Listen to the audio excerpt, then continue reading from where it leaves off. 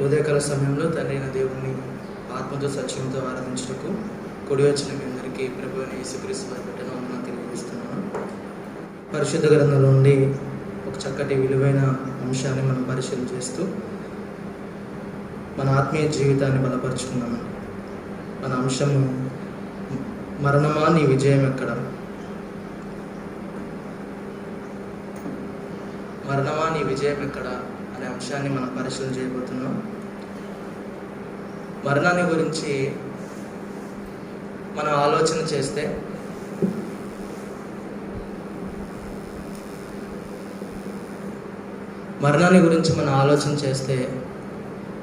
చాలామందికి మరణం అనే ఆ విషయాన్ని గురించి కానీ మరణం అనే ప్రస్తావన తెచ్చినప్పుడు కానీ చాలామంది ఇష్టపడరు.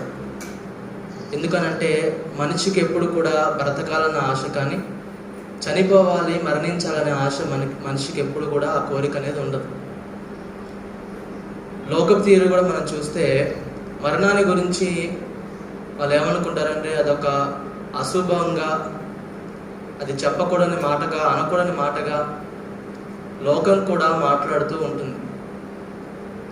కానీ జ్ఞానం విషయంలో ముందున్నామని చెప్పుకుంటున్న మనము, జ్ఞానవంతులుగా పిలువబడుతున్న మనము మరణం విషయంలో ఎలాంటి ఆలోచన మనం కలిగి ఉన్నాం? లోకము భయపడిన రీతిగా మరణాన్ని గురించి మనం కూడా అదే మనసుతోని, అదే ఆలోచనతోని మనం కూడా మరణాన్ని గురించి భయపడుతున్నామా అన్నది ఈ అంశంలో ప్రతి లేఖనం కూడా మనం ఈ విషయం గురించి, ఈ అంశం అనేది మరణం విషయంలో క్రైస్తవుడు ఎలాగున్నాడు, లోకస్తులు మరణాన్ని గురించి భయపడుతున్నట్లుగా మనం చాలా విషయాల్లో చూస్తాం. కరోనా విషయాలు మనం చూసినట్లయితే కరోనా రాకముందే ఆ కరోనా వస్తుందనే భయంతో చనిపోయిన వారు మనం చాలామంది చూస్తాం. ఎందుకని? మరణం నుండి తప్పించుకోవాలని చెప్పి మనిషి ఎప్పుడు కూడా తాపత్రయపడుతూ ఉంటాడు. ఇందులో మనం కూడా అతిథులమేం కాదు. జ్వరం వచ్చినా కానివ్వండి, షుగర్ కొరకు కానివ్వండి, బీపీ కొరకు కానివ్వండి, రకరకాల కొరకు మనం ట్యాబ్లెట్స్ వాడతాం. కొంతమంది యోగాలు చేస్తారు, కొంతమంది ఏమో జిమ్కి వెళ్తారు, రకరకాల, కొంతమంది ఏమో ఇంకా ఫుడ్ విషయంలో జాగ్రత్తలు తీసుకుంటారు. ఇవన్నీ దేనికనంటే మరణానికి చేరువ మనం కాకూడదు, బ్రతకాలన్న మనిషి యొక్క ఆలోచన. చనిపోవాలని చెప్పి ఎవరు అనుకోరు, త్వరగా వెళ్ళిపోవాలని చెప్పి ఎవరు అనుకోరు. బ్రతకాలన్న ఒక ఆలోచన, బ్రతకాలన్న ఒక ఆశ మన మనిషికి అందరికీ ఉంటుంది. కాకపోతే ఎంత మనం తాపత్రయపడినా, ఎంత మనం ఆలోచన కలిగి ఉన్నా, ఎంత మన ఆరోగ్యాన్ని జాగ్రత్తగా చూసుకున్నా, మరణం అనేది వచ్చినప్పుడు మనం ఆపగలమా చెప్పండి? మనం ఆపలేము. మనం ఎన్ని చూస్తున్నాం ఈరోజు వీడియోలో కానివ్వండి, కూర్చున్న వాళ్ళు పడిపోవడము, ఆ ఫుడ్ తింటున్న వాళ్ళు పడిపోవడము. నిన్న దినమున నేను ఒక వీడియో చూసాను. ఈ హైదరాబాద్లో హైడ్రా అనేది బిల్డింగ్లు కూల్చేస్తున్నారు కదా. ఎక్కడో దూరం నుంచి ఒక వ్యక్తి, చాలా దూరం నుంచి ఒక వ్యక్తి ఆ కూలిపోతున్న బిల్డింగ్ వీడియో తీస్తుంటే, ఆ కూలిపోతున్న బిల్డింగ్ నుంచి ఒక రాయి ఇంత ఫోర్స్లో వచ్చి తనకి తలదారడం వల్ల కింద పడి చనిపోయాడు. చనిపోయాడో తెలియదు, కింద వెంబడే పడిపోయాడు అని చెప్పి చెప్తున్నారు. అంటే ఎక్కడ ఉన్న బిల్డింగ్, ఎక్కడ ఉన్న రాయి అతను తగలం ఏంటి, చనిపోవడం ఏంటి? ఎన్ని ఆరోగ్య విషయాల్లో ఎన్ని జాగ్రత్తలు తీసుకున్నా, మరణం నుండి తప్పించుకోవాలని చెప్పి ఎన్ని ప్రయత్నాలు చేసినా, మరణం అనేది ప్రతి ఒక్కరిని కూడా కబలించి వేస్తుంది. చిన్నవాళ్ళు కానివ్వండి, పెద్దవాళ్ళు కానివ్వండి, ఎవరైనా సరే మరణం అనేది ప్రతి ఒక్కరు కూడా దాని నుండి మనిషి అనేవాడు తప్పించుకోలేట్లుగా మనం చూస్తున్నాం.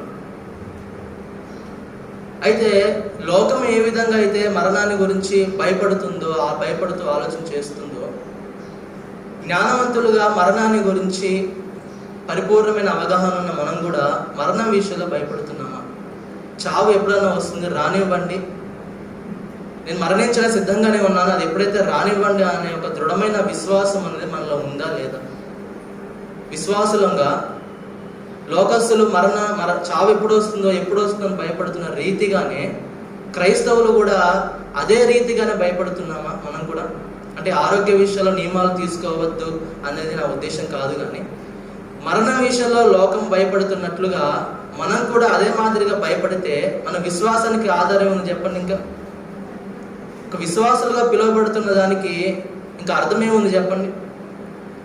మరణం ఎప్పుడైనా రానివ్వండి, నేను దానికి సిద్ధంగానే ఉన్నాను, చావుకు సిద్ధంగానే ఉన్నాను ప్రతి ఒక్కరు విశ్వాసి అనాలి.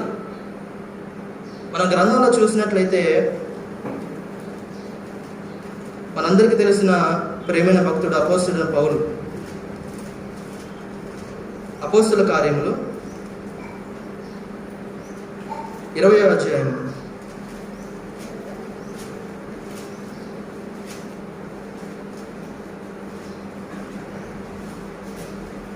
అపోస్తల కార్యములు 20వ అధ్యాయము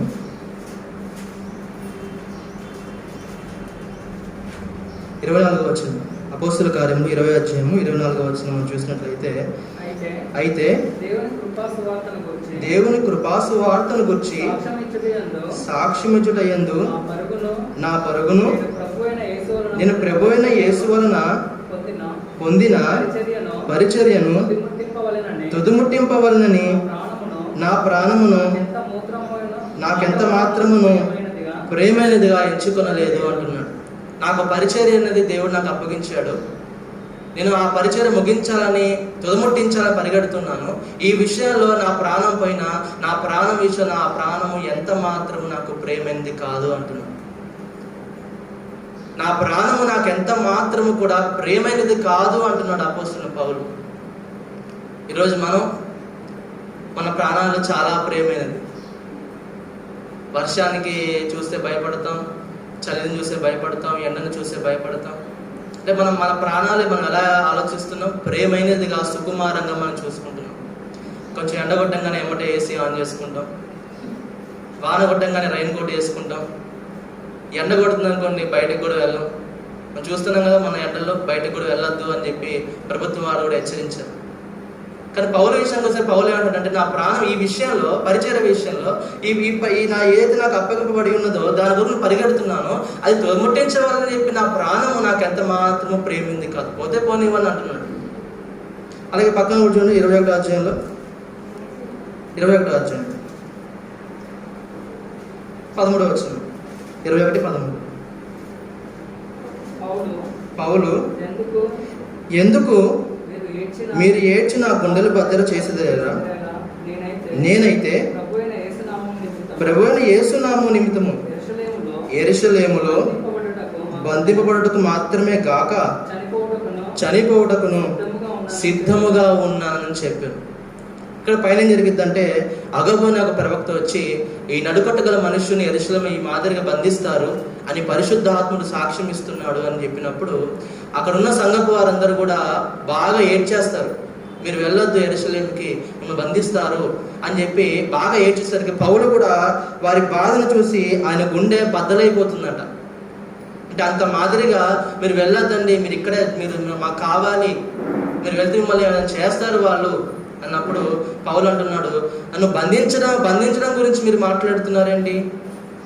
బంధించడం మాత్రమే కాదు, నేను క్రీస్తు నిమిత్తము చనిపోవడానికి సిద్ధంగా ఉన్నాను. సిద్ధపడబోతానని అనలేదు. నేనైతే సిద్ధంగా ఉన్నాను చనిపోవడం కన్నా. ఒక దృఢమైన విశ్వాసం చూడండి ఎలా ఉంది పౌలుది. క్రీస్తులోకి వచ్చిన తర్వాత పరిచర్య విషయంలో తుదముట్టింపవాలని నా ప్రాణం నాకు ఎంత ప్రేమైంది కాదంటారు. మన ప్రతి పత్రిక చదివినప్పుడు పౌలు యొక్క విధానము, ఆయన విశ్వాసం యొక్క పరిణామము, ఆయన మాటలు ఈ మాదిరిగానే ఉంటాయి. చనిపోవాలి, నాకు ఎంత మాత్రం, నాకు ఏది వద్దు, సమస్తము పెంటగా ఎంచుకున్నాను అంటాడు. క్రీస్తులోకి వచ్చిన తర్వాత, ఆ పరిచర్యను దేవుడు అప్పగించిన తర్వాత, అతని ప్రాణం విషయంలో, అతడు ఏ విధంగా మరణం విషయంలో, మరణం చేరువైనా సరే, ఆ చావుకు నేను చనిపోవడానికి సిద్ధంగా ఉన్నాను. అది ఎప్పుడైనా రానివ్వండి, ఈరోజు రానివ్వండి, యెరూషలేము వస్తే చంపేనివ్వండి, పలానా ప్రాంతం చంపేనివ్వండి. నేను చావు కింద భయపడాలి? బంధించడం విషయంలో మీరు బాధపడుతుంటే నేను చావుకు సిద్ధంగా ఉన్నాను అంటున్నాడు. ఈరోజు విశ్వాస జీవితంలో ఉన్న మనము ఈ మాదిరికరమైన విశ్వాసం, దృఢమైన విశ్వాసం మనందరికీ ఉందా చెప్పండి? ఆలోచన చేద్దాం ఒకసారి. దృఢమైన విశ్వాసం. ఇక్కడ మన కన్ను మూస్తే పరదేశంలో మన కన్ను తెరుస్తాము అన్న దృఢమైన విశ్వాసం. చావు వస్తే చనిపోవడానికి సిద్ధమే అని దృఢమైన విశ్వాసం. ఇది మనకందరికి ఉందా? లేకపోతే లోకము ఆలోచించినట్లుగా మరణాన్ని గురించి భయపడుతున్నామా? ప్రతి క్రైస్తవుడు కూడా విశ్వాస జీవితంలో ఈ మాదిరి ఉండాలని అపోస్తలుడైన పౌలు మనం పరిశీలిస్తుంటే, అపోస్తలుడైన పౌలు జీవితాన్ని మనం పరిశీలిస్తుంటే మనకు అర్థమవుతుంది. అలాగే రోమపత్రిక చూడండి 14వ అధ్యాయం. రోమపత్రిక 14వ అధ్యాయం. రోమపత్రిక 14వ అధ్యాయము 7వ వచనం. మనలో ఎవడును తన కోసమే బ్రతకడు, ఎవడును తన కోసమే చనిపోడు. మనము బ్రతికినను ప్రభువు కోసమే బ్రతుకుచున్నాము, చనిపోయినను ప్రభువు కోసమే చనిపోచున్నాము. కాబట్టి మనం బ్రతికినను చనిపోయినను ప్రభువు వారమై ఉన్నాము అంటున్నాడు. మనలో ఎవడును, రోమసన్నుడు చెప్తున్నాడు, సంఘమై ఉన్న మనలో ఎవడునో తన కోసమే బ్రతుకడు, ఎవడునో తన కోసమే చనిపోడు. ఎందుకని తన కోసం ఎందుకు బ్రతకం మనం అని అంటే, ఒకప్పుడు ఎఫెసీ పత్రిక రాస్తూ పౌలు అంటాడు, మన అపరాధముల చేత పాపముల చేత చచ్చిపడి ఉన్నప్పుడు ఆయన మనల్ని ఏం చేశాడు? తిరిగి బ్రతికించాడు. బ్రతుకునిచ్చిన వాడి కొరకు మనం ఏం చేయాలి? బ్రతకాలి. అందుకనే మనలో ఎవడనో తన కోసం బ్రతకడు, ఎందుకని ఆయన బ్రతికిచ్చాడు కనుక ఆయన కొరకు మనం బ్రతకాలి. చాలా మంది చూడండి, ఏదైనా ఒక నీటిలో కొట్టుకుపోతున్నప్పుడు ఎవరైనా కాపాడనుకోండి, ఏమంటారండి?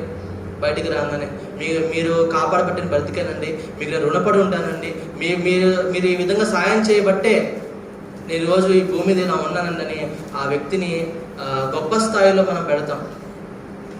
అలాగే రెండవ నరకాగ్నికి మనం వెళ్ళిపోతున్నప్పుడు, దేవునికి శత్రువులుగా మనం మారినప్పుడు, కేవలం నరక పాత్రులుగా దేవుడు మనం ఎంచినప్పుడు, ఆయన తన కుమారుని ద్వారా మరలా మనం రక్షించి మళ్ళా నూతనమైన జన్మనిచ్చినప్పుడు బ్రతకవలసింది ఎవరి కొరకు? ఆయన కొరకే. అందుకనే మనలో ఎవడనో తన కోసం బ్రతకడు, ఎవడనో తన కోసమే చనిపోడు. మనం బ్రతికిన ప్రభు కోసమే, చనిపోయినా కూడా ప్రభు కోసమే. అంటే లోకం మనం ఎలా చూడాలంటే, వీళ్ళు యేసు ప్రభు దేవుడు అని చెప్పేసి దేవుని కొరకే బ్రతికారండి, దేవుని కొరకే చనిపోయారండి అని చెప్పి ఒక సంఘం కానివ్వండి, లోకం కానివ్వండి సాక్ష్యం ఇవ్వాలి ఈ విషయంలో. చాలా మంది ఏమంటారు, ఎప్పుడు చూసినా దేవుడు అంటావు, వేరే నీకు జాస్ ఉండదా? వేరే ఆలోచన ఉండదా? దేవుని కోసం బ్రతుకు, దేవుని కోసము అలా దేవుని కొరకే అని చెప్పి దేవుని కోసం బ్రతికి దేవుని కొరకే చనిపోయాడని చెప్పేసి లోకం సాక్ష్యం ఇవ్వాలి, సంఘం కూడా మన కొరకు సాక్ష్యం ఇవ్వాలి. చాలా మంది ఏమంటారు తెలుసండి, వీడు తాగుతూ చనిపోయాడండి అంట, వీడు వ్యభిచారం చేసి చనిపోయాడండి, ఎప్పుడు వ్యభిచారిగానే ఉండి చనిపోయాడండి అంటారు, దొంగతనం చేసి ఒక దొంగగా చనిపోయాడండి అంటారు. అలాంటి సాక్ష్యం కాదు. మనకి ఎలాంటి సాక్ష్యం కావాలంటే, దేవుని కొరకు బ్రతికి దేవుని కొరకే చనిపోయాడండి అని చెప్పి మనకు ఒక గొప్పదైన సాక్ష్యం మనకు కలగాలి. ఆ మాదిరిగా బ్రతకాలని అపోస్తలుడైన పౌలు అంటున్నాడు. ఇక నాదంటూ ఏదీ లేదు, పౌలన నేను, నాదంటూ ఏదీ లేదు. ఇక నిలబడుతున్న సంఘంగా మనం మనదంటూ ఏదీ లేదు ఈ లోకంలో. బ్రతికిన దేవుని కొరకే, చనిపోయిన దేవుని కొరకై ఉండాలి, కానీ వేరే విషయాల్లో ఏది కూడా మనం వెళ్ళకూడదని అపోస్తలుడైన పౌలు ఆయన సంఘానికి రాస్తున్న మాటలు మనం పరిశీలన చేస్తాం, మరణం విషయంలో. అలాగే ఇంకో లేఖనం భాగం చూస్తాం చూడండి. ఒక పౌలు విషయం కాదండి, ఆది సంఘము అపోస్తలులు అందరూ అదే మాదిరిగా ఉన్నారు. మరణం విషయంలో వారెంత మాత్రము కూడా వెనకడుగు వేయలేదు. స్టెఫెను రాళ్లతో కొడుతున్నప్పుడు స్టెఫెను పరిగెత్తుకొని వెళ్ళిపోలేదు, అక్కడే నిలబడి ఉన్నాడు. యాకోబుని కత్తి వాల్చే చంపుతున్నప్పుడు యాకోబు పరిగెత్తును తప్పించుకొని వెళ్ళిపోలేదు, అక్కడే ఉన్నాడు. ఎందుకని? మరణం విషయంలో వారు భయపడలేదు, వెనకడుగు వేయలేదు. ఎందుకని? మరణం విషయంలో వారు సిద్ధంగా ఉన్నారు. మరణం విషయం ఎందుకని? చనిపోతే ఈ లోకమందు మేము పరదేశికి వెళ్తామని ఒక దృఢమైన విశ్వాసం వాళ్ళు కలిగి ఉన్నారు. ఇప్పుడు మనం ఒక ప్రయాణం చేస్తున్నాం అనుకోండి, ట్రైన్ కానీ ఫ్లైట్ కానీ, మనం ఒక నమ్మకంతో ఉంటాం, ఖచ్చితంగా మనం వెళ్తాము, మన గమ్యస్థానానికి చేరతాము అని మనం కన్ఫామ్తోనే ఎక్కుతామా, లేదా డౌట్గా వెళ్తామో లేదో అని మనం ప్రయాణం చేస్తామని చెప్పండి. ఖచ్చితంగా వెళ్తామన్న యొక్క దృఢమైన విశ్వాసంతోనే కదా మనం ప్రయాణం చేసేది. అలాగే ఆత్మ సంబంధమైన ఈ ప్రయాణం అన్నది ముగింపు కూడా, నేను ఇక్కడ కన్ను మూస్తే పరదేశంలోని కళ్ళు తెరుస్తానన్న ఒక దృఢమైన విశ్వాసం మనకు అందరికి ఉండాలి. అప్పుడు ఆ విశ్వాసం మనందరికి ఉన్నప్పుడు మరణం విషయంలో మనం ఎంత మాత్రం కూడా భయపడము. చావు ఏ రోజున రాని, ఈ క్షణమే రానివ్వండి, నేను చనిపోతే ఇక్కడ కన్ను మూస్తే పరదేశంలో కన్ను తెరుస్తానన్న ఒక దృఢమైన విశ్వాసం కలిగిన వాడు ఎప్పుడు కూడా మరణాన్ని గురించి భయపడడు. ఆ దృఢమైన విశ్వాసం లేనివాడు, మనసాక్షి వాడి మీద నేరాస్థాపన చేస్తున్నప్పుడు వాడు ఎలా దృఢమైన విశ్వాసం కలిగి ఉంటాడు చెప్పండి? ఈ లోకంలో మనం ఎవరిని ఒప్పించడం కాదు, కానీ మన మనస్సాక్షి మనం ఒప్పించే స్థితిలో మనం ఉండాలి. మన యొక్క విశ్వాస జీవితం ఉండాలి. మనకి ఇక్కడ మనం 100 మాటలు మాట్లాడినా మన మనస్సాక్షి చెప్తుంది, చాలే నోరు మీద నువ్వు మాట్లాడిన చాలు అని. నువ్వు చేసిన తప్పని నాకు తెలియదా? ఈరోజు నిలబడి మాట్లాడుతున్నావు, అతనికి చెప్తున్నావు, నువ్వేనా సరైన వాడువా? మనస్సాక్షి మన మీద నేరారోపణ చేసినప్పుడు ఇక ఆ దృఢమైన విశ్వాసం ఎక్కడి నుంచి వస్తుంది చెప్పండి? అందుకని విశ్వాస జీవితంలో కూడా నిన్ను నీవే సరి చేసుకుని, నిన్ను నీవే మార్చుకో, నీ విశ్వాసం నీవే పరీక్షించుకో అంటాడు. ఎందుకని? మన మనస్సాక్షి మనం ఒప్పించగలగాలి. మనుషులను ఒప్పించడం సాధ్యమేమో, కానీ మనస్సాక్షిని ఒప్పించడం మాత్రం సాధ్యం కాదు. ఆ మనస్సాక్షి విషయంలో భక్తులందరూ కూడా స్థిరంగా ఉన్నారు మరణం విషయంలో. అందుకనే అపోస్తలుడైన పౌలు ఆ సంఘం వార్తలు చెప్తూ, నేను చనిపోవడానికి కూడా సిద్ధంగా ఉన్నాను. బంధించడం విషయం పక్కన పెట్టండి, కానీ నేను చనిపోవడానికి కూడా సిద్ధంగా ఉన్నాను. ఎందుకనే ఒక దృఢమైన విశ్వాసము అతని మనస్సాక్షి కూడా సాక్ష్యం ఇస్తుంది. నువ్వు ఈ భూమి మీద చనిపోతే పరదేశికే వెళ్తావు, పరదేశంలోనే ఉంటావు అని చెప్పి దృఢమైన ఆ విశ్వాసం కూడా సాక్ష్యం ఇస్తుంది. అతని మనస్సాక్షి వృతంతో పాటు సాక్ష్యం ఇస్తుంది. అపోస్తలుల కార్యములు 12వ అధ్యాయము ఈ సందర్భాన్ని కూడా చూసుకుందాం. 12వ అధ్యాయం 1వ వచనం చూసినట్లయితే, 2వ వచనం చూసినట్లయితే, అపోస్తలుల కార్యములు 12వ అధ్యాయం 2వ వచనం, యోహాను సహోదరుడైన యాకోబును ఖడ్గముతో చంపించెను. ఇది యూదులకు ఇష్టమైన కార్యమని తెలుసుకొని పేతురును కూడా పట్టుకొనెను. ఆ దినములు పులియని రొట్టెల పండుగ దినములు.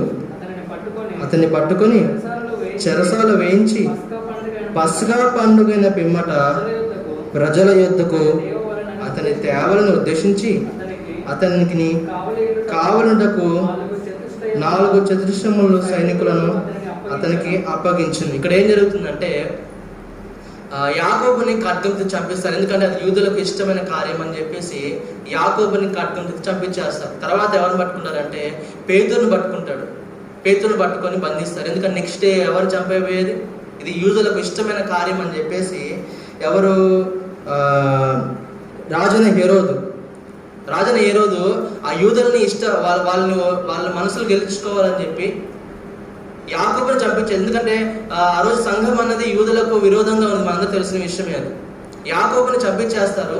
తర్వాత పేతురును కూడా బంధించి, ఎప్పుడైతే ఈ పులియని రొట్టెల పండుగ పస్కా పండుగ అయిపోయిన దినమున పేతురును కూడా చంపించేయాలని చెప్పేసి ఆలోచన కలిగి ఉంటారు. పేతురు ఆ పండుగ దినమున ఎలాగైతే యాకోబు చనిపోతాడో పేతురు కూడా అలాగే చనిపోతాడు. అయితే ఈ విషయంలో సంఘము వారు కూడా అతి ఆసక్తితో ప్రార్థన చేస్తారు దేవునికి. అతను తప్పించాలి, దేవా అతను తప్పించు, ఈ యొక్క అపాయాన్ని తప్పించని సంఘం అంతా కూడా ప్రార్థన చేస్తున్నప్పుడు మరి సంఘం అంతా అంత టెన్షన్ పడుతుంది. నెక్స్ట్ చనిపోయేది ఇతనే. మరి పేతురు ఏం చేస్తున్నాడు చూడండి. పేతురు 12వ అధ్యాయం 5వ వచనం, పేతురు చెరసాలలో ఉంచబడెను. సంఘం అయితే అతని కొరకు అత్యాసక్తితో దేవునికి ప్రార్థన చేయుచుండెను. హేరోదు అతని వెలుపలికి తీసుకొని రావాలని ఉండగా ఆ రాత్రియే పేతురు 2 సంఖ్యలతో బంధింపబడి 2 సైనికుల మధ్య నిద్రించుచుండెను అని. తెల్లారే పండగ అయిపోయిన తెల్లారే పేతురుని చంపించేస్తారు. ఆ విషయం సంఘం అంతా తెలిసింది. పేతురు కూడా ఆ విషయం తెలిసింది. మరి రేపు చనిపోతున్నప్పుడు ఏ వ్యక్తి అయినా సరే ఎలా ఉంటాడు చెప్పండి? నిద్ర వస్తుందా చెప్పండి? నిద్ర పడుతుందా? నెక్స్ట్ చనిపోయేది నేనే అని చెప్పేసి ఎవరికి నిద్రపడు. ఈయనంట చక్కగా నిద్రపోయాడు. దేవదూత లోపలికి వచ్చి తట్టి లేపేంత వరకు కూడా లెగడు. చక్కగా నిద్రపోతాడు. పట్టుకున్నారు ఆ సైనికుల మధ్య, చక్కగా నిద్రపోయాడు. దేవదూత వచ్చి తట్టి కింద మంది తట్టి లేపేంత వరకు కూడా. 7వ వచనం చూసినట్టు, ఇదిగో ప్రభుదూత అతని దగ్గరకు నిలిచెను. అతడు ఆ గదిలో వెలుగు ప్రకాశించను. దూత పేతురు పక్కను తట్టి త్వరగా లేమ్మని చెప్పిందట. చనిపోతానని తెలిసినా కూడా చక్కగా ఆయన ఆ చెరసాలలో చక్కగా నిద్రపోతున్నాడు. ఎందుకని? చనిపోయాం, ఏమైంది? చంపేస్తారు, ఏమైంది? దేవుడు నిర్ణయం అయితే చనిపోవడం సిద్ధమే. దేవుడు నన్ను తీసుకుపోవడానికి సిద్ధపడితే నేను చనిపోవడానికి సిద్ధమే అని చెప్పేసి చక్కగా నిద్రపోతే దేవుడితో తట్టి లేపి, నీ పని ఇంకా చాలా ఉంది, నువ్వు ఇప్పుడే చనిపోవద్దని చెప్పేసి అతను బయటకు తీసుకొచ్చడం మనం చూస్తాం. అంటే మనం ఏం ఆలోచిస్తున్నామంటే, మరణం విషయంలో అపోస్తలులు కానీ భక్తులు కానీ ఎలాంటి విశ్వాసంలో, ఎలాంటి దృఢమైన విశ్వాసంలో మరణం వస్తే రానివ్వ చూసుకుందామన్న ఒక మనోధైర్యంతో మనం ఎలాగున్నారో మనం చూస్తున్నాం. చావుల గురించి సంఘం వారు కానీ భక్తులు కానీ ఏ రోజు కూడా భయపడలేదు. ఈరోజు సంఘమై ఉన్న మనందరం కూడా అలాంటి దృఢమైన విశ్వాసం కలిగి ఉండాలని మీ అందరు నేను కోరుతున్నాను. మరణం విషయంలో అలాంటి దృఢమైన విశ్వాసం కలిగి ఉండాలి. మన మనసాక్షిని ఒప్పించాలి. మన మనసాక్షి మనతో పాటు సాక్ష్యం ఇవ్వాలి దేవునికి. ఈరోజు నేను చనిపోతే పరదేశంలో ఉంటానని చెప్పి దృఢమైన విశ్వాసము మనం కలిగి ఉండాలి. అలాగే మరణాన్ని జయించిన మనందరం కూడా యేసుక్రీస్తు ద్వారా మనందరం కూడా మరణాన్ని జయించాం. ఇప్పుడు మరణాన్ని జయించామంటే ఎఫెసీ పత్రికలో మనం చెప్పుకున్న లేఖనం, అపరాధముల చేత పాపముల చేత మనందరం ఏమై ఉన్నాం? చచ్చిపడి ఉన్న మనందరినీ కూడా ఆయన కుమారుని ద్వారా మనందరినీ కూడా ఆ రెండవ మరణం, ఏది రెండవ మరణం అంటే నరకాగ్ని దండనకు పాత్రులుగా ఉన్న మనలను యేసుక్రీస్తు ద్వారా దేవుడు తప్పించాడు. దేవుడు తప్పించి ఆ మరణాన్ని తప్పించి, ఆ మరణం నుండి మనం తప్పించి మనందరినీ కూడా ఏమేం చేశాడంటే పరిశుద్ధుల నిర్దోషులను చేశాడు. పరిశుద్ధుల నిర్దోషులు మనందరినీ కూడా చేశాడు. మన అంశం ఏంటండి? మరణమా నీ విజయం ఎక్కడ? మరణమా నీ విజయం ఎక్కడ అంటే మరణాన్ని నుండి మనందరినీ కూడా, రెండవ మరణాన్ని నుండి మనందరినీ కూడా యేసుక్రీస్తు ఏం చేశారంటే తప్పించారు. అపరాధముల చేత పాపముల చేత చచ్చిపడి ఉన్న మనల్ని, దేవునికి శత్రువులుగా ఉన్న మనందరినీ కూడా తప్పించి మనందరినీ కూడా పరిశుద్ధులను నిర్దోషులను చేశాడు. ఇప్పుడు మనందరం ఎవరని చెప్పండి? రెండవ మరణం తప్పించుకొని సంఘంగా మనందరం కూడా ఇక్కడ ఉన్నాం. రెండవ మరణం తప్పించుకుని సంఘంగా మనం ఇక్కడ ఉన్నాం. ఇప్పుడు మనం ఏదైనా పాపం చేస్తే పరలోకం వెళ్ళిపోతామని చెప్పండి. పరలోకం వెళ్ళాం. మరలా మనం ఎక్కడికి వెళ్ళిపోతాం? మరలా రెండవ మరణానికి వెళ్ళిపోతాం. యేసుక్రీస్తు ద్వారా దేవుడు మనకు ఒక అవకాశాన్ని ఇచ్చారు. ఏమని అవకాశం ఇచ్చారంటే, మీరు నరకం నుండి తప్పింపబడ్డారు, నరకం నుండి మేము తప్పించాను, తప్పించిన మీరు ఒక అవకాశం ఇచ్చి మీరు ఏం చేయాలంటే, మనకు అప్పగింపబడే ఏంటంటే ఈ లోకాన్ని మనందరం కూడా జయించాలి. లోకాన్ని జయించిన వాడు దేన్ని జయిస్తాడు చెప్పండి? మరణాన్ని జయిస్తాడు. లోకాన్ని జయించిన వాడు మరణాన్ని జయించిన వాడు అవుతాడు. యేసుక్రీస్తు ద్వారా మనందరికీ దేవుడు మనకు అవకాశాన్ని ఇచ్చి పాపం నుండి మనందరూ తప్పించి మనందరూ పరిశుద్ధులు నిర్దోషం చేసి ఆయన ఒక పని చేసి ఆయన వెళ్ళిపోయాడు. మనకు అప్పగించబడిన పని ఏంటంటే మనందరం కూడా లోకాన్ని జయించాలి. అంటే మరణాన్ని మనందరం కూడా జయించాలి. అది మనకు అప్పగింపబడే పని. ఎందుకంటే యేసుక్రీస్తు పాపాన్ని ఈ లోకం ఉన్నప్పుడు పాపం చేయలేదు. ఆయన లోకాన్ని జయించి వెళ్ళిపోయాడు. పరలోకానికి వెళ్ళిన తర్వాత నేను జయించి నా తండ్రి సింహాసనాన్ని పొందుకున్నా అన్నాడు. పొందుకున్న తర్వాత బాప్తీసం తీసుకున్న వాళ్ళందరూ నా పక్కన కూర్చోబెట్టుకుంటా అన్నాడా? అనలేదు. మరి ఏమన్నాడు? జయించిన వాడు నా పక్కన కూర్చోబెట్టుకుంటా అన్నాడు. ఏం జయించాలి? మనందరము లోకాన్ని జయించాలి. లోకాన్ని జయించిన వాడు దేని జయిస్తాడంటే మరణాన్ని జయిస్తాడు. మనం బాప్తీసం తీసుకున్నాము, పరిశుద్ధ నిర్దోషులను చేయబడ్డాము, పరలోకాన్ని అర్హులను చేయబడ్డాము. అయినా మనం పాపం చేస్తే మళ్ళీ పరలోకం వెళ్ళిపోతాం చెప్పండి? వెళ్ళిపోయాం కదా. మరలా మనం ఎక్కడికి వెళ్ళిపోతాం? నరకాగ్ని దండలోకి వెళ్ళిపోతాం. ఇక తీక్షణమైన అగ్ని వారికి ఎదురు చూస్తున్నది. ఇక పాపమునకు బలి అనేది ఉండదని ఎబ్రీ పత్రికలో అనేక మార్లు చదువుకున్న లేఖన భాగమే. ఒక దేవుడు ఒక అవకాశం, తన కుమారుడు ఒక అవకాశం మనకి ఇచ్చినప్పుడు ఆ అవకాశాన్ని మనం ఏం చేసుకోవాలి? సద్వినియోగం చేసుకోవాలి. ఆయన ఒక పని చేసి మనం ఒక మెట్టు ఎక్కించి వెళ్ళిపోయాడు. మిగతా మెట్లు ఎవరు ఎక్కాలి చెప్పండి? మనమే ఎక్కాలి. ఈ లోకాన్ని మనం జయించాలి. లోకాన్ని ఎప్పుడైతే మనం జయిస్తామో అప్పుడు మనం మరణాన్ని జయించిన వారు అవుతాం. ఒక లేఖన భాగం చూసుకుందాం.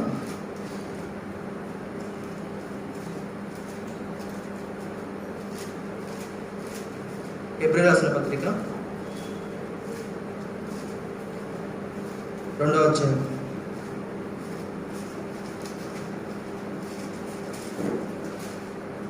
హెబ్రీ రాసిన పత్రిక 2వ అధ్యాయము 14వ వచనం. కాబట్టి ఆ పిల్లలు రక్త మాంసం గలవారందున ఆ ప్రకారమే మరణం యొక్క బలము గలవారిని, అనగా అపవాదిని మరణం ద్వారా నశింపజేయటకు జీవిత కాలమంతయు మరణ భయము చేత దాస్యముకు లోబడిన వాడిని విడిపించుటకును ఆయన కూడా రక్త మాంసములో పాలేవాడయ్యను అంటున్నాడు. ఇక్కడ మనం జాగ్రత్తగా ఆలోచన చేస్తే హెబ్రీ రాసిన పత్రిక 2వ అధ్యాయం 14వ వచనం చూసినట్లు, కాబట్టి పిల్లలు రక్త మాంసము గలవారినందున ఆ ప్రకారం మరణం యొక్క బలము గలవానిని అన్నాడు. జాగ్రత్త పాయింట్ నోట్ చేసుకో. మరణం యొక్క బలము గలవానిని అనగా అపవాదిని. మరణానికి బలం ఎవరు చెప్పండి? మరణానికి బలము అపవాది. అపవాదిని మరణం ద్వారా నశింపజేయుటకు జీవిత కాలమంతయు మరణ భయము చేత దాస్యముకు లోబడిన వారిని విడిపించుటకు. మనందరం కూడా దాస్యంకు ఒకప్పుడు లోపడ్డాం. అంటే మరణ భయానికి మనందరం లోపడ్డాం.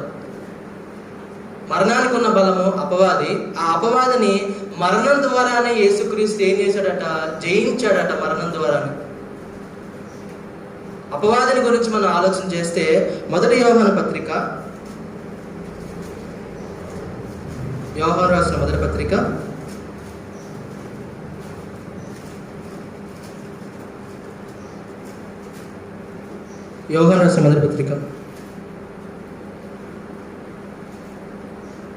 5వ అధ్యాయము 20వ వచనం.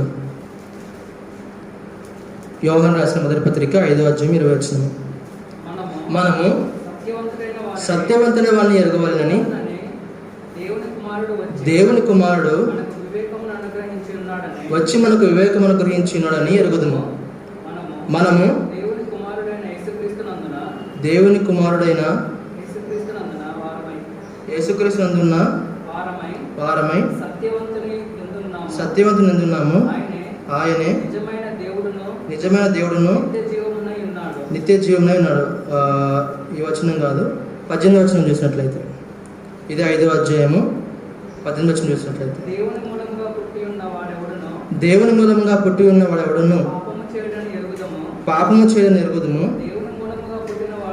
దేవుని మూలంగా పుట్టిన వాడు తను భద్రం చేసుకొను గనుక దుష్టుడు వాణ్ణి ముట్టడు. మనము దేవుని సంబంధమనియు లోకమంతయు దుష్టుని యందున్నదని మనం ఎరుగుదుము. లోకమంతా కూడా ఎవరి యందుంది? దుష్టుని యందుంది. లోకమంతా దుష్టుని యందుంది. యేసుక్రీస్తు వారు మరణం ద్వారా ఏం జయించారు? ఈ లోకాన్ని జయించారు. యేసుక్రీస్తు వారు మరణం ద్వారా ఈ లోకాన్ని జయించారు. ఈ లోకాన్ని జయించడం వలన ఎవరు జయించారంటే దుష్టుని జయించారు. ఆ హెబ్రీ పత్రిక 2వ అధ్యాయం 14వ వచనం మనం చదువుకున్నట్లయితే మరణానికి బలం ఎవరంటే అపవాది అంటున్నాడు. ఆ రెండవ మరణానికి బలమైన వాడు ఎవరంటే అపవాది. ఈరోజు పరిశుద్ధులుగా నీతిమంతులుగా పిలువబడుతున్న మనల్ని మరలా మనందరినీ కూడా మృంగివేయాలని చెప్పేసి వాడు తిరుగులాడుతున్నట్లుగా మనం పేతురు పత్రిక అనేక మార్లు చదువుకున్నాం. ఎందుకని? రెండవ మరణానికి మనందరినీ లాక్కొని వెళ్ళాలని చెప్పి, రెండవ మరణం మనందరినీ కూడా చేరివేయాలని చెప్పేసి. మనం ఇందులో వాక్యపట్ల చదువుకున్న లేఖన భాగము, విజయమందు మరణము మృంగివేయబడవాలని. విజయమందు మరణమును మృంగివేయబడాలి. కానీ మనం కానీ అపవాది ఏం చేస్తున్నాడు చెప్పండి?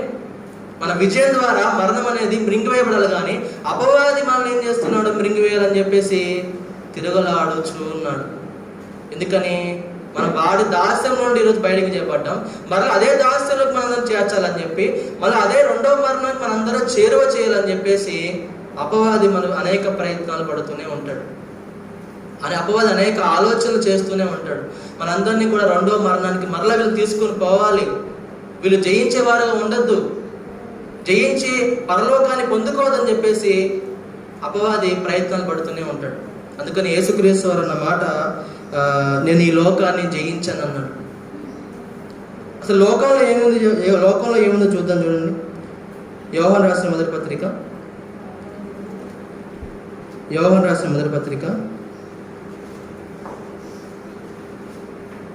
మొదట అధ్యాయం 15వ వచనం.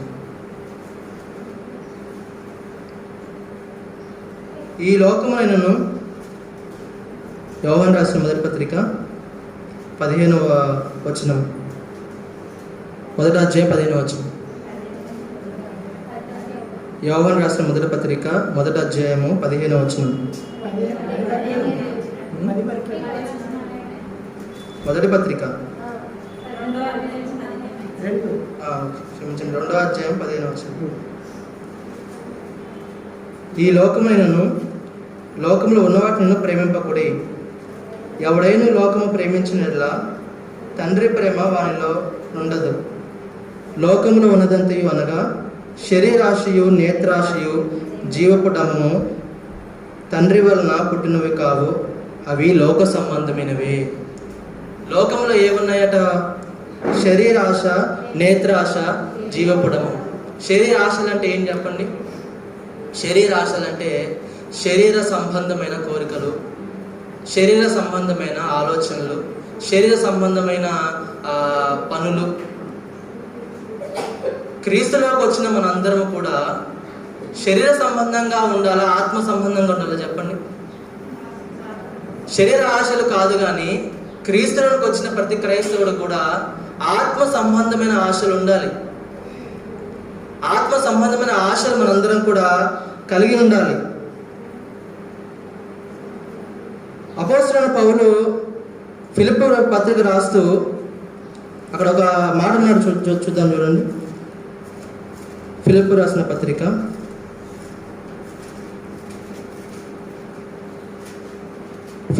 పత్రిక మొదటి అధ్యాయము 23వ వచనం.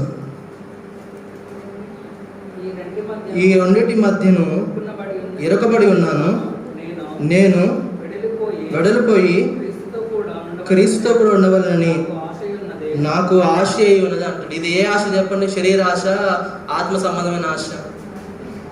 ఆత్మ సంబంధమైన ఆశ. కానీ లోకాశలు ఏ మాదిరిగా ఉంటాయి? శరీర ఆశలు చెప్పండి. చాలా రకాలుగా ఉంటాయి, మనం ఒక దాని గురించి మాట్లాడుకోలేము. శరీర సంబంధమైన ఆశలు చాలా ఉంటాయి.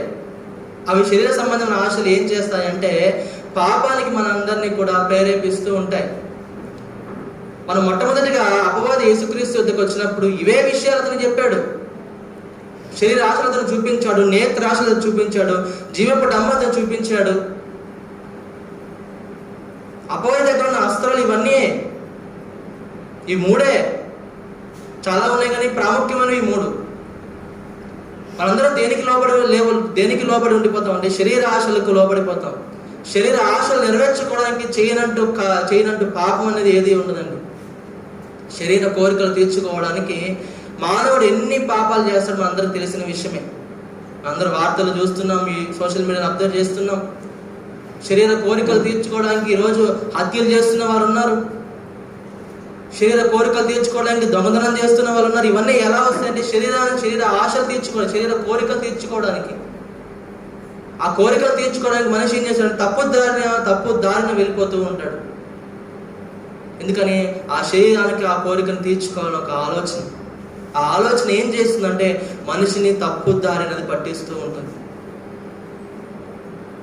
శరీర సంబంధంగా మనం కూడా కొన్ని ఆలోచనలు ఉంటాయి. ఏవి చెప్పండి? ఇల్లు కట్టుకోవాలని చెప్పేసి, బండి కొనుక్కోవాలని చెప్పేసి, కారు కొనుక్కోవాలని చెప్పేసి, ఇవన్నీ కూడా శరీర సంబంధం ఆలోచనలే కదండి. ఇవన్నీ తప్పని అనడం లేదు, కానీ చాలా వరకు ఏమవుతుందంటే ఈ శరీర ఆశలు అవి సంపాదించుకోవాలని చెప్పేసి చాలా మంది ఏం చేస్తారంటే తప్పుడు దారిని వెళ్ళిపోతూ ఉంటారు. చాలా మంది సన్నిహితులు ఏమంటారంటే, ఇతడు ఉద్యోగంలోకి వచ్చి 2 సంవత్సరాలు అయింది, ఎప్పుడు అలా ఉండిపోయారేంటి? చాలా మంది ఉద్యోగంలోకి వచ్చి ఇల్లు కట్టుకున్న వాళ్ళు ఉన్నారు. అంత నీతిగా ఉంటే బ్రతకలేరమ్మా ఈ లోకంలో. మీరు ఎప్పుడు ఎదుగుతారు? మీరు ఎప్పుడు ఇల్లు కట్టుకుంటారు? మీరు ఎప్పుడు వస్తువులు కొనుక్కుంటారు? ఎప్పుడు అలా ఉండిపోతారా? తప్పదు, తీసుకోవాలి, వచ్చినప్పుడు అన్యాయంగా తీసుకోవాలి. వారి పని కూడా మనం జరిగిస్తున్నాం అని చెప్పేసి ఆ అనీతికరమైన కార్యాన్ని నీతికరమైన కార్యంగా బోధించే వాళ్ళు మనం వింటూ ఉంటాం. వీడు ఎదగడు, వీడింతే, ఈ విధమైన మాటలు మనకు ఎప్పుడు వినబడుతూ ఉంటాయి. అంటే శరీర ఆశలు తీర్చుకోవడానికి మనిషి ఏం చేస్తాడంటే తప్పుడు దారులు వెళ్ళిపోతూ అవి నీతికరమైన దారులన్నీ చాలా మందికి, అనేక మందికి బోధిస్తూ ఉంటాడు. దొంగతనం చేస్తూ ఉంటాడు. ఎందుకు దొంగతనం చేసేవారా అంటే బ్రతకాలి కదా అంటాడు. దేవుడికి దండం పెట్టుకుని దొంగతనం చేసేవారు కూడా ఉన్నారండి. దేవుడు దండం పెట్టుకుని దొంగతనం చేసేవారు కూడా ఉన్నారు. వ్యభిచారం చేస్తున్నామని, ఎందుకమ్మా వ్యభిచారం చేస్తున్నారంటే ఆమెకు కాదని చెప్పిద్ది. నా పిల్లల్ని పోషించుకోవాలండి, నా కుటుంబం బాగుండాలని ఆమెకు రీజన్ చెప్పింది. ఆమెకు అదేంటదట, వృత్తట. శరీర కోరికలు తీర్చుకోవడానికి మనిషి ఎలా తప్పు దారి వెళ్ళిపోతున్నాడు చూడండి. అపవాది ఎలా మనుషుల్ని శరీర ఆశలు చూపించి మోసం చేస్తున్నాడు చూడండి. అన్నదమ్ములు చంపుకునే వాళ్ళు ఉన్నారు ఆస్తి కోసం, అక్క చెల్లెళ్ళు చంపుకునే వాళ్ళు ఉన్నారు ఆస్తి కోసం. శరీర ఆశల కొరకు, శరీర ఆశలతో మనుషులు ఎలా నాశనం అయిపోతున్నారో మనం ఆత్మ సంబంధమైన నేత్రాలతో మనం చూస్తే ప్రతి ఒక్కరు మనకు కనబడతారు. అలాగే రెండోది ఏమంటున్నాడు చూడండి. కానీ భక్తుడికి ఏ ఆశ ఉందట? అపోస్తలుడైన పౌలుకి ఏ ఆశ ఉందట? త్వరగా వెళ్ళిపోయి క్రీస్తు యొద్ద ఉండాలని నాకు ఆశగా, నా కోరికగా ఉందంటున్నాడు. నీ కోరిక ఏమని అడిగితే త్వరగా వెళ్ళిపోవాలని క్రీస్తు యొద్దగా అంటాడు పౌలు. మరి మీకు ఆస్తులు ఏమైనా ఉన్నాయంటే నాకు ఆస్తులన్నీ కూడా అవి నేను పెంటగా ఎంచుకున్నాను అంటాడు. క్రీస్తు సువార్త ఎక్కడైతే క్రీస్తు సువార్త అందలేదో, రోమపత్రికలో చదువుకున్నాం, క్రీస్తు సువార్త ఎక్కడైతే అందలేదో ఆ ప్రాంతాలకు వెళ్ళి సువార్త ప్రకటించాలి, ఆఖరి మనుషులు సువార్త ప్రకటించాలి, నాకు ఆశగా ఉందంటాడు, ఆ కోరికగా ఉందంటాడు. భక్తుల కోరికలు, భక్తుల ఆశయాలు ఎలా ఉన్నాయి? అంతేగాని నాకు అది కావాలి, నాకు నేను ఇది కొనుక్కోవాలి, అది కొనుక్కోవాలి, ఇల్లు కట్టుకోవాలి, ఇలాంటి ఆలోచనలు ఏవి అపోస్తలుడైన పౌలుకు లేదు. నాకు ఆశగా ఉంది క్రీస్తు వద్దకు వెళ్ళాలని అంటాడు. అందుకనే శరీర సంబంధమైన ఆశలు కాదు కానీ మనము ఆత్మ సంబంధమైన ఆశలు కలిగి ఉండాలి. ఆత్మ సంబంధమైన ఆశ ఏం చేస్తుంది తెలుసా? ఈ లోకమైన వాటి యందు మనసు ఉంచదు కానీ పరలోకం ఎప్పుడు చేద్దాము, దేవుడి సన్నిధిలో ఎప్పుడు ఉంటామని ఆత్మ సంబంధమైన ఆశలు ఆ మాదిరిగా ఉంటాయి. కానీ శరీర సంబంధమైన ఆశలు ఈ లోకం చుట్టూ తిరుగుతూ ఉంటాయి. కాబట్టి మనందరం కూడా శరీర సంబంధమైన ఆశలు కలిగి ఉన్నప్పుడు మనందరం కూడా ఈ లోకాన్ని జయించడానికి మొదటడుగు వేసిన వారు మొత్తం. అలాగే ఇంకోటి చూడండి, అదే యోహాను రాసిన మొదటి పత్రిక 2వ అధ్యాయం. శరీరాశ, ఈ లోకమున్న వాటిని నేను ప్రేమించకుడి, ఎవడైనా లోకము ప్రేమించిన తండ్రి ప్రేమ వారిలో ఉండదు. లోకము ఉన్నదంతయు శరీరాశయు నేత్రాశయు జీవ కుటుంబం. రెండోది ఏంటంట? నేత్రాశ. నేత్రాశ గురించి కూడా మనం చాలా మాట్లాడుకోవచ్చు. మనందరము ఎవరన్నా మనతో చాలా మంది ఆలోచనలు ఎలా ఉంటాయంటే వారితోటి బంధువులే కానివ్వండి, స్నేహితులే కానీ ఎదిగిపోతే వారికన్నా గొప్పవారైతే ఓర్వలేని స్థితిలో వారికి వెళ్ళిపోతూ ఉంటారు. వారిపైన ద్వేషము, అసూయ అనేది ఎలా వస్తుంది చెప్పండి? కంటి ద్వారా. మనం ఫంక్షన్కి వెళ్ళాం అనుకోండి, మన స్నేహితులు ఎవరన్నా బంగారం కానీ ఇంకేదైనా పెట్టుకొచ్చారనుకోండి, ఎమ్మటే చూపులు వాళ్ళ మీదకి వెళ్ళిపోతాయి. ఇంత బంగారం పెట్టుకున్నారండి వీళ్ళు అంటే. ఇది ఏ ఆశ? నేత్రాశ. ఈ నేత్రాశ ఏం చేస్తుందనంటే అసూయ, ద్వేషాన్ని కలిగిస్తూ ఉంటుంది. కానీ ఒక ఆత్మ సంబంధమైన వాడికి ఎలాంటి నేత్రాశ కలిగి ఉండాలో చూడండి. కొలస్సీయులకు రాసిన పత్రిక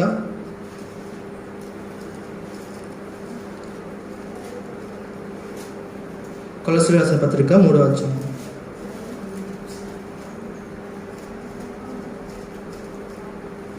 కొలస్సీయులకు రాసిన పత్రిక 3వ అధ్యాయం మొదటి వచనం నుండి.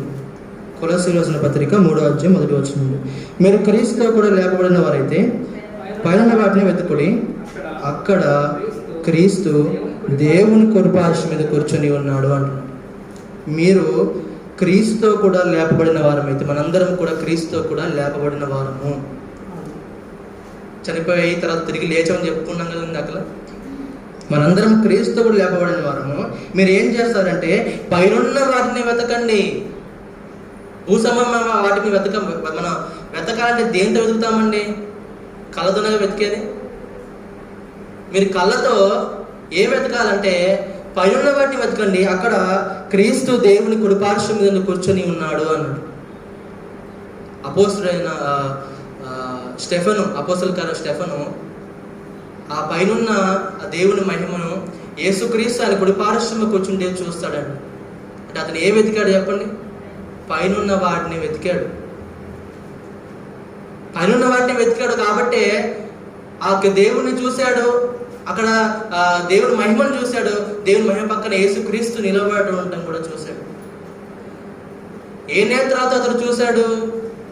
ఆత్మ సంబంధమైన మనోనేత్రాలతో చూశాడు. ఎందుకంటే మనకు ఏ నేత్రాలు మనం కొరింథీ పత్రిక చదువుకున్నప్పుడు వారికి యుగ సంబంధమైన దేవత అవిశ్వాసమైన వారి కళ్ళకు గుడ్డితనం కలుగజేస్తుంది, వారి మనోనేత్రాలు మూయబడి ఉన్నాయి అంటాడు. ఈరోజు మనకు లోకపరమైన నేత్రాలతో పాటుగా మనోనేత్రాలు కూడా మనకు తెరవబడ్డాయి. మనోనేత్రాలు తెరవబడే దాన్ని బట్టి ఈరోజు సంఘంగా మనం ఇక్కడ కూర్చొని ఉన్నాం. అది మనకి ఎందుకోసం చెప్పండి? రాం కదా. దేవుని గురించి, దేవుని ప్రేమల గురించి, యేసుక్రీస్తు త్యాగం గురించి మనం తెలుసుకున్నాం. ఎలా తెలుసుకున్నాం? మన నేత్రాలు దేవుడు తెరిచాడు కాబట్టి. మన కనులు మూసుకుపోయి లేవు. మన ఏ నేత్రాలతో మనం చూడాలి?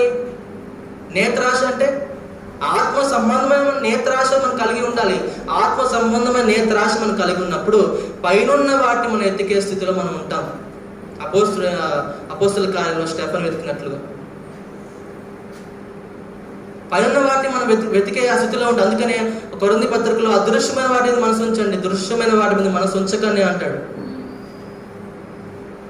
కాబట్టి లోకమును జయించే విషయంలో, జీవపు డంబం విషయంలో కూడా తర్వాత నేత్రాశ, తర్వాత రాబోయే అంశం ఏం చెప్పండి? జీవపు డంబం.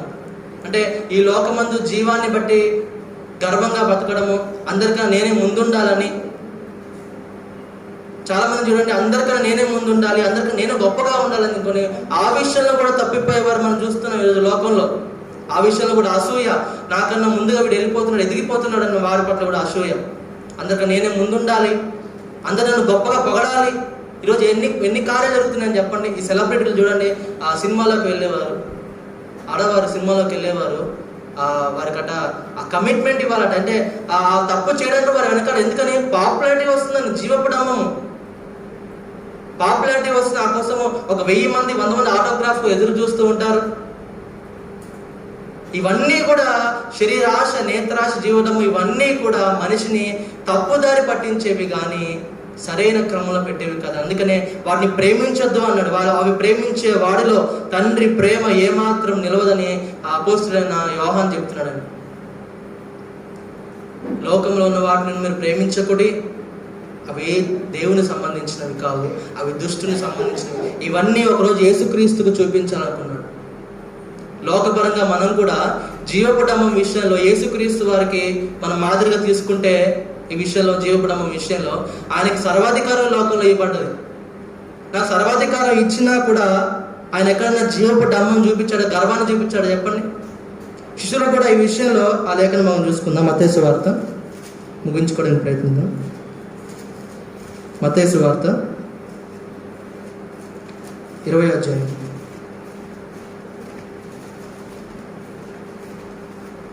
మత్తయి సువార్త 20వ అధ్యాయము.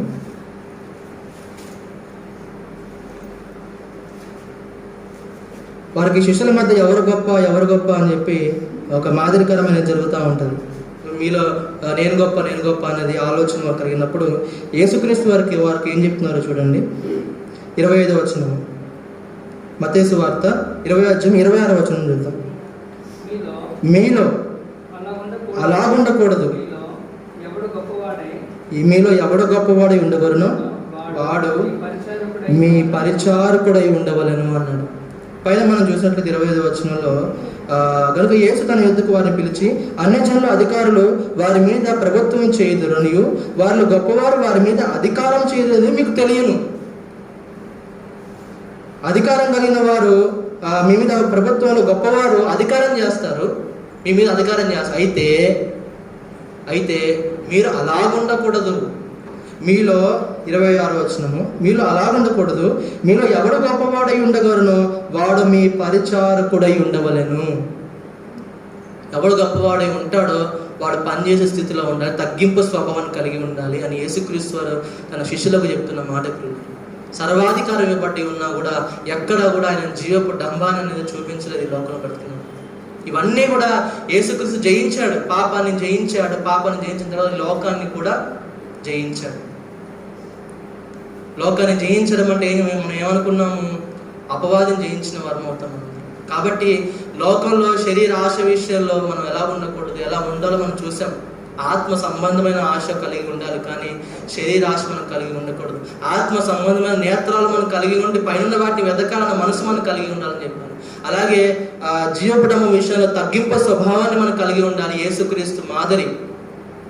ఫిలిప్పీ పత్రికలో ఇంకా అద్భుతమైన వచనం ఏంటంటే, ఆయన దేవుడితో సమానంగా విడిచిపెట్ట కూడా భాగ్యమని ఎంచక దాసుని స్వరూపాన్ని ధరించుకొని లోకానికి వచ్చినాడు. అద్భుతమైన మాట. ఎక్కడ కూడా నాకు నా తండ్రి సర్వాధికారం ఇచ్చాడని చెప్పి అధికారం చలాయించినట్లుగా యేసుక్రీస్తు వారు మనం ఎక్కడ ఒక వచనం కూడా చూడము. అధికారం కలిగిన బోధించాడు, ఆయన బోధించే విషయంలో అధికారం కలిగిన వాళ్ళు బోధించే విషయంలో కమాండ్ చేశారు, కానీ ఆయన ఎక్కడ కూడా వేరే వ్యక్తిగత విషయాలు ఎక్కడ కూడా ఆయన అధికారాన్ని చూపించలేదు. తగ్గింపు స్వభావాన్ని కలిగి ఉన్నాడు. అందరికీ కూడా అదే చెప్పిన మాట, తనను తాను తగ్గించుకునేవాడు హెచ్చింపబడను, తను హెచ్చించుకునేవాడు తగ్గింపబడను. హెచ్చించుకునేవాడు తగ్గింపబడను. అలాగే యేసుక్రీస్తు వారు తగ్గించుకున్నారు. ఈరోజు గొప్పగా దేవుని చేత ఆయన హెచ్చింపబడుతున్నారు. సర్వ మానవాళ్ళంతా కూడా ఆయన ముందు విశ్వాసం ఉంచింది, ఎందుకని తగ్గించుకున్నారు కాబట్టి మనందరం కూడా లోకాన్ని జయించిన వారంగా మనందరం ఉండాలి. లోకాన్ని జయించిన వారంగా ఉంటేనే మనందరం కూడా అపవాదిని జయించిన వారం అవుతాం. మనకు దేవుడు ఒక అవకాశం ఇచ్చాడు. అవకాశం ఇచ్చి నరక పాత్రలను మనం ప్రేమించి మరలా ఒక అవకాశం ఇచ్చి మనందరినీ కూడా ఒక పరలోకానికి ఒక మెట్టెక్కించాడు. ఈ మిగతా మెట్లు ఎక్కవలసినది ఎవరు? మనమే. జారిపోయామా, వాడు మిరింగేయడానికి సిద్ధంగానే ఉన్నాడు. కాబట్టి ఒక 2 లేఖనాలు చూసుకొని ముగించుకుందాం. మనం వాక్యపఠనం చదువుకున్నాం కదా. కొరింథీయులకు రాసిన మొదటి పత్రిక త్వరగా చదువుకుందాం. మొదటి పత్రిక 54వ వచనము చివరి మాటలు చూసినట్లయితే, కొరింథీయులకు రాసిన మొదటి పత్రిక 15వ అధ్యాయము 54వ వచనం చివరి మాటలు. ఈ క్షేమమైనది అక్షయతను ధరించుకున్నాను, ఈ మార్తమైనది అమరత్వం ధరించుకున్నప్పుడు విజయమందు మరణము మృంగి వేయబడును అంటున్నాడు. మన విజయమందు మరణం ఏం చేయాలట? మృంగి వేయబడాలి. కానీ అపవాది చేత మనం ఏం చేయకూడదు? మృంగి వేయబడకూడదు. అపవాది చేత మనం మృంగి వేయబడకూడదు. కానీ మన విజయం ద్వారా మనం ఏం చేయాలి? మరణాన్ని మనం ఏం చేయాలి? మృంగి వేయాలి, జయించాలి. అంతేకాని మనం మరలా పాపం చేసి మరలా ఈ శరీరానికి లోక సంబంధమైన వాటి ఎందుకు బంధింపబడి మరలా అపవాది చేత మనము బంధింపబడి అపవాది మనం మృంగేస్తే ఇక మనం కాపాడే నాదుడు అంటూ ఎవరూ లేరు. ఎందుకంటే యేసుక్రీస్తు బలియాగం ఎన్ని మార్లు ఒక్క మారే మరలా ఇక బలి అనేది ఇక లేదని లేఖనం దృఢంగా సాక్ష్యం ఇస్తుంది. అలా మరణాన్ని మింగివేసిన మనందరం కూడా పరలోకంలో తండ్రి సన్నిధి చేరిన తర్వాత ప్రకటన చివరి మాట, చివరి లేఖను మనం చూసుకుని ముగించుకున్నాం. మరణాన్ని జయించిన ప్రతి ఒక్కరు కూడా యేసుక్రీస్తు వారి మాదిరిగా 3వ అధ్యాయం 21వ వచనం,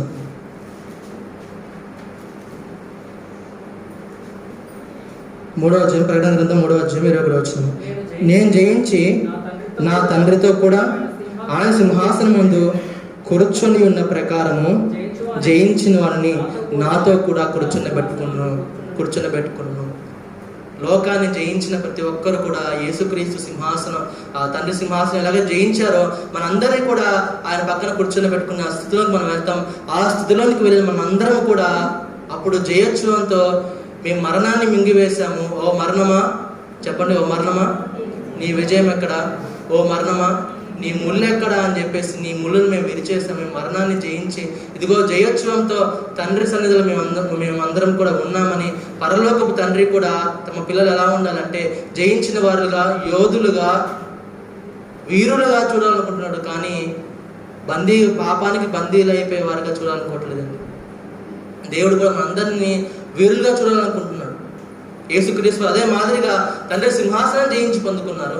మనం కూడా అదే మాదిరిగా లోకమున్న వాటిని, అపవాదిని జయించి మనందరం కూడా లోకాన్ని జయించామంటే మరణాన్ని జయించిన వారం అవుతాం. మరణాన్ని జయించిన వారం అంటే ఇదిగో దేవుని సన్నిధిలో పరలోకంలో మనందరం కూడా స్థిరంగా ఉంటాం. ఈ స్థిరమైన విశ్వాసం ఆ రోజు ఆది సంఘం కలిగి ఉన్నారు కాబట్టే అంత దృఢంగా ఉన్నారు. చావైతే రానివ్వు, మేము చావడానికి సిద్ధంగానే ఉన్నామంట. విశ్వాసాన్ని కాపాడుకున్నారు. అందుకని తిమోతికి పత్రిక రాస్తూ పౌలు అంటాడు, నేను విశ్వాసాన్ని కాపాడుకుంటుని చివరి వరకు దృఢంగా నిలబడ్డారు. ఆ విశ్వాసాన్ని కాపాడుకున్నారు. లోకాన్ని జయించిన వారంగా మనం వారిని చూస్తున్నాం. లోక సంబంధమైన వేటి ఎందుకు కూడా వారు బంధింపబడలేదని మనం చూస్తున్నాం. మరణాన్ని వారందరూ కూడా, మన సంఘమే మనందరం కూడా మరణాన్ని మింగివేసి, అపవాది అపవాది మనం మింగడం కాదు, మనమే అపవాదిని మింగేసి, మరణాన్ని మృంగివేసి లోకాన్ని జయించి తండ్రి సన్నిధిలో మనందరం వీరులుగా, యోధులుగా మనం ఉన్నప్పుడు తండ్రి కూడా మనల్ని బట్టి ఆనందిస్తారు. ఆ మాదిరి చూపించి వెళ్ళింది ప్రభు అయిన యేసుక్రీస్తు వారు. కాబట్టి మనందరం కూడా లోకాన్ని జయిద్దాము. లోకాన్ని జయించాలంటే వాక్యం అనే ఖడ్గము, ఆత్మ సంబంధమైన ఆయుధములు మనందరం కూడా ధరించుకోవాలి. లోకాన్ని జయించాలి. లోకాన్ని జయించి మరణమా అని, విజయం ఎక్కడ అని మనందరం కూడా విశ్వాసంతో అడగాలి. లోకస్తులు భయపడినట్లుగా, లోకస్తులు ఏడుస్తున్నట్లుగా చాలా మంది మరణించిన తర్వాత అన్యాయంగా దేవుని నిందిస్తూ మాట్లాడతారంట. నీకు జాలి దయలేదు, నువ్వు దుర్మార్గుడివి, మా బిడ్డను తీసుకెళ్ళిపోయి, వాళ్ళని తీసుకెళ్ళిపోయి, వీళ్ళని తీసుకెళ్ళిపోయి, దేవుణ్ణి మరణించిన తర్వాత ఎవరైనా దేవుని దూషించే పరిస్థితులు వస్తాయి. మనం ఎప్పుడు కూడా అలా ఉండకూడదు. ఎవరు ముందు వెళ్ళిపోతే మనకు తెలియదు. దేనికైనా మనం సిద్ధపడి ఉండాలి. మరణాన్ని మనందరం కూడా జయించి సంఘమైన మనందరం కూడా పరలోకం చేయాలి. శ్రద్ధగా ఈ మాటలు విన్న మీ అందరికీ పెరుగుపేట మరోసారి వందనాలు తెలియజేస్తాను.